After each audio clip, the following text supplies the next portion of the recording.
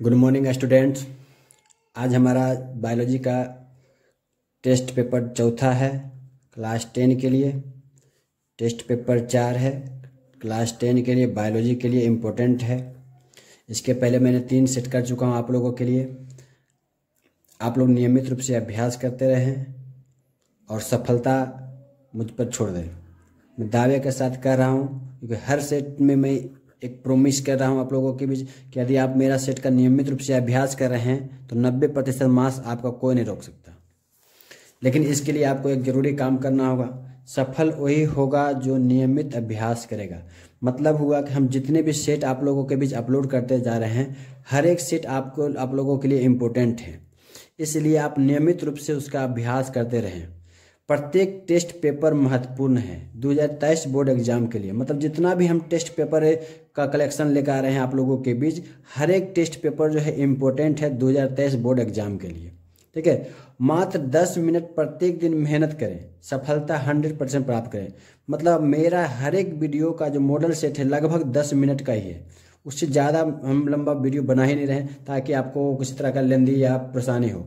मात्र 10 मिनट का वीडियो प्रत्येक दिन हर एक सेट में मेहनत कर देखें और 100% मार्क्स लाने की गारंटी, 100% सफलता की गारंटी है। ठीक है, तो आज का हमारा जो है क्लास 10 का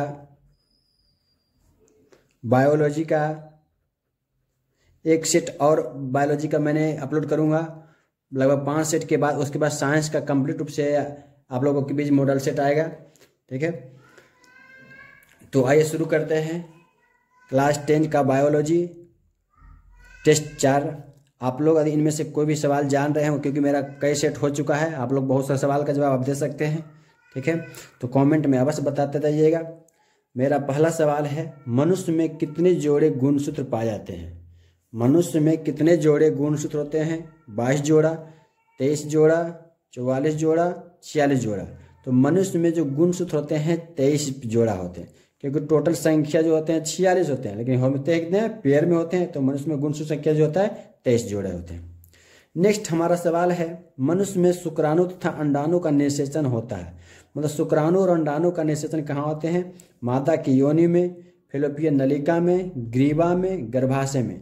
तो इसका भी सही जवाब हो जाएगा बी नंबर आंसर, फैलोपियन नलिका में।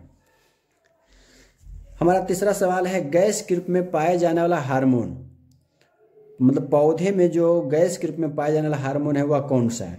पहला ऑप्शन है ऑक्सिन, दूसरा साइटोकाइनिन, तीसरा एथिलीन, चौथा जिब्रेलिन। तो गैस के रूप में जो पाए जाने वाला हार्मोन है वह एथिलीन है, जो पौधा को इसको फल पकाने वाला भी हार्मोन कहते हैं, क्योंकि फल पकाने वाला हार्मोन, क्योंकि पौधा में इसके कारण हार्मोन के कारण ही पौधा जो है पकते हैं, पौधा का फल जो है पकता है। नेक्स्ट चौथा सवाल है, निम्नलिखित में से किसे मास्टर ग्रंथि कहा जाता है? मतलब कौन सी ग्रंथि जिसे मास्टर ग्रंथि कहा जाता है? पहला थायराइड ग्रंथि, अग्नाशय ग्रंथि, अंडाशय ग्रंथि, पिट्यूटरी ग्रंथि। तो मास्टर ग्रंथि जो कहा जाता है पिट्यूटरी ग्रंथि को क्यों कहा जाता है? क्योंकि बाकी सभी ग्रंथियों का यह नियंत्रित करती है, प्रेरित करती है, इसलिए इसको मास्टर ग्रंथि कहते हैं।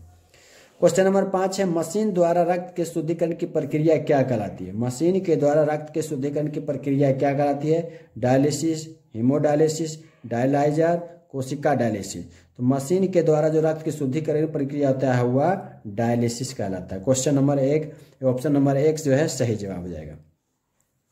क्वेश्चन नंबर 6, पौधे में पाए जाने वाला गाढ़ा एवं दूधिया उत्सर्जित तरल पदार्थ को क्या कहते हैं? मतलब पौधे का यदि किसी पार्ट को हम तोड़ते हैं या टहनी को तोड़ते हैं या पत्ते को तोड़ते हैं तो उससे कुछ चिपचिपा पदार्थ निकलते हैं। तो वही बोल रहा है कि पौधा में जो पाया जाने वाला गाढ़ा एवं दूधिया उत्सर्जित तरल पदार्थ है उसको क्या कहते हैं? लैटेक्स, रेजिन, गोंद, टेनी।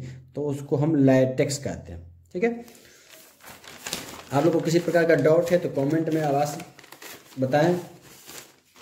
नेक्स्ट हमारा सवाल है क्वेश्चन नंबर 7, पौधे में बाहरी वायवीय भागों द्वारा जल वाष्प के निकालने की क्रिया क्या कहलाती है? पौधे के वायवीय भागों द्वारा जल वाष्प के निकालने की क्रिया क्या कहलाती है? अवशोषण, उत्सर्जन, वाष्पोत्सर्जन, परिवहन। तो इसका जो सही जवाब हो जाएगा सी नंबर ऑप्शन, वाष्पोत्सर्जन। 8 नंबर क्वेश्चन है, द ओरिजिन ऑफ स्पीशीज किताब है, द ओरिजिन ऑफ स्पीशीज नामक पुस्तक की रचना किसने किया था? बहुत ही इंपॉर्टेंट क्वेश्चन है, कई बार एग्जाम में आ चुके हैं। द ओरिजिन ऑफ स्पीसीज पुस्तक के लेखक मतलब जीवों की उत्पत्ति, लामार्क, मेंडल, डार्विन, ओपेरिन। तो इसका जो सही जवाब हो जाएगा डार्विन, क्योंकि लामा मेंडल तो आनुवंशिकी के जनक थे, लामार्क जो था प्राकृतिक चयन के बाद के लिए लक्षणों के सिद्धांत दिए थे, डार्विन जो है ओरिजिन ऑफ स्पीसीज नामक पुस्तक की रचना की थी। नेक्स्ट क्वेश्चन है 9 नंबर क्वेश्चन, फिलोसोफिक जूलॉजिक नामक पुस्तक किसके द्वारा लिखी गई। यह भी पुस्तक है और यह पुस्तक के लेखक कौन होगी, फिलोसोफिक जूलॉजिक नामक पुस्तक के लेखक कौन होगी। ऑप्शन नंबर ए है डार्विन, लामार्क, मिलर, वाइसमान द्वारा। तो इसका जो सही जवाब हो जाएगा बी नंबर ऑप्शन, लामार्क द्वारा। नेक्स्ट क्वेश्चन नंबर 10 है, किसी जीव की जीनी संरचना उस जीव की क्या कहलाती है। जीनी संरचना होती है वो लक्षण प्ररूपी होता है। तो जीनी संरचना क्या कहलाता है, फिनोटाइप, प्रभावी गुण, और प्रभावी गुण जीन प्ररूप। जीनी संरचना जो है जीन प्रारूप कहलाता है, मतलब वैसे लक्षण जो मनुष्य के जीन के कारण परिवर्तन होता है उसको जीनी संरचना बोलते हैं या जीन प्रारूप बोलते हैं। तो इसका सही जवाब जो होगा डी नंबर ऑप्शन, जीन प्रारूप। उसके बाद क्वेश्चन नंबर 11 है, समस्त जीवों के लिए ऊर्जा का मुख्य स्रोत क्या है। मतलब पृथ्वी पर जितने भी जीव हैं उसका ऊर्जा का मुख्य स्रोत किससे, मतलब किससे ऊर्जा प्राप्त करते हैं। ऑप्शन देखते हैं, हरे पौधे, तापक्रम, जल, सौर ऊर्जा। तो इसका जो सही जवाब हो जाएगा डी नंबर ऑप्शन, सौर ऊर्जा। सौर ऊर्जा जो है पृथ्वी पर जीवों के ऊर्जा का मुख्य स्रोत है। नेक्स्ट क्वेश्चन हमारा है 12 नंबर क्वेश्चन, किस हार्मोन की कमी से बौनापन रोग उत्पन्न होता है। बहुत सारे लोगों को देखेंगे यह लंबाई जो सामान्य से बहुत ज़्यादा कम जाते हैं, तो वह बौनापन रोग होता है। बौनापन एक प्रकार का बीमारी है। तो यह बौनापन जो रोग है किसके कारण होते हैं, किस हार्मोन कमी, एल्डोस्टेरॉन, थायरॉक्सिन, वृद्धि हार्मोन, कोर्टिसॉल। तो इसका सही जवाब हो जाएगा सी नंबर ऑप्शन, वृद्धि हार्मोन। वृद्धि हार्मोन की कमी के कारण बौनापन होता है और ज़्यादा बढ़ जाता है तो व्यक्ति की लंबाई सामान्य से ज़्यादा हो जाते हैं। क्वेश्चन नंबर 13, आनुवंशिकी के जनक कौन माने जाते हैं। इनमें से किसे मतलब आनुवंशिकी का जनक कहा जाता है या फादर ऑफ जेनेटिक्स किसे कहते हैं, फादर ऑफ जेनेटिक्स किसे कहा जाता है। ऑप्शन देखते हैं, मेंडल, डार्विन, हिकेल, स्पेंसर। तो इसका जो सही जवाब हो जाएगा ऑप्शन नंबर ए, मेंडल को फादर ऑफ जेनेटिक्स कहा जाता है, क्योंकि उन्होंने मटर के पौधे पर जो है जीवों के जेनेटिक गुणों के बारे में बताया था। क्वेश्चन नंबर 14, ओजोन की मात्रा किस इकाई में मापी जाती है। ओजोन की मात्रा जानते हैं, वायुमंडल ओजोन गैस है, उसकी मात्रा किस इकाई द्वारा मापी जाती है, रैंड, लक्स, डेप्सन, डेसिमल। तो इसका जो सही जवाब देगा डेप्सन। डेप्सन के द्वारा ओजोन की मात्रा को मापी जाती है। क्वेश्चन नंबर 15, वायु उद्दीपनों के प्रभाव से पौधे में होने वाली गति को क्या कहते हैं। वायु उद्दीपन मतलब जब किसी प्लांट को हम टच करते हैं और प्लांट अपने आप को सिकुड़ लेता है तो उसको बोलते हैं वायु उद्दीपन। तो वायु उद्दीपन के प्रभाव से पौधे में जो होने वाली गति है उसको क्या बोलते हैं, उपापचय गति, अनुवर्तनी गति, रासायनिक गति, समन्वय गति। तो जो इसको बोला जाता है अनुवर्तनी गति, जो वायु उद्दीपन के प्रभाव से पौधे में होने वाला गति है उसको अनुवर्तनी गति कहते हैं। ऑप्शन नंबर बी सही आंसर। क्वेश्चन नंबर 16 है, मानव मूत्र में यूरिया की मात्रा क्या होती है। मानव के मूत्र में यूरिया की मात्रा कितना होता है। ऑप्शन देखते हैं, 96%, 2%, 4%, 60%। तो मानव मूत्र में जो यूरिया की प्रतिशत मात्रा होता है वह 2% होते हैं। 96% जो है जल होते हैं, ठीक है। और मनुष्य के पूरे बड़ी कोशिका में 60 से 65% तक भी जल होता है। तो यहाँ पूछा कि मूत्र में यूरिया की मात्रा जो है 2%, 96% जल होते हैं, ठीक है, और 2% अकार्बनिक पदार्थ होते हैं। आपको यदि हमारा वीडियो पसंद आ रहा है तो लाइक शेयर जरूर करें ताकि वैसे छात्र जो पढ़ने में बहुत कमजोर हो उनको लाभ हो। अगला क्वेश्चन है क्वेश्चन नंबर 17, पौधे में खाद्य पदार्थों का स्थानांतरण किस रूप में होता है। तो पौधे में खाद्य पदार्थों का स्थानांतरण ग्लूकोज, सुक्रोज, स्टार्च, प्रोटीन।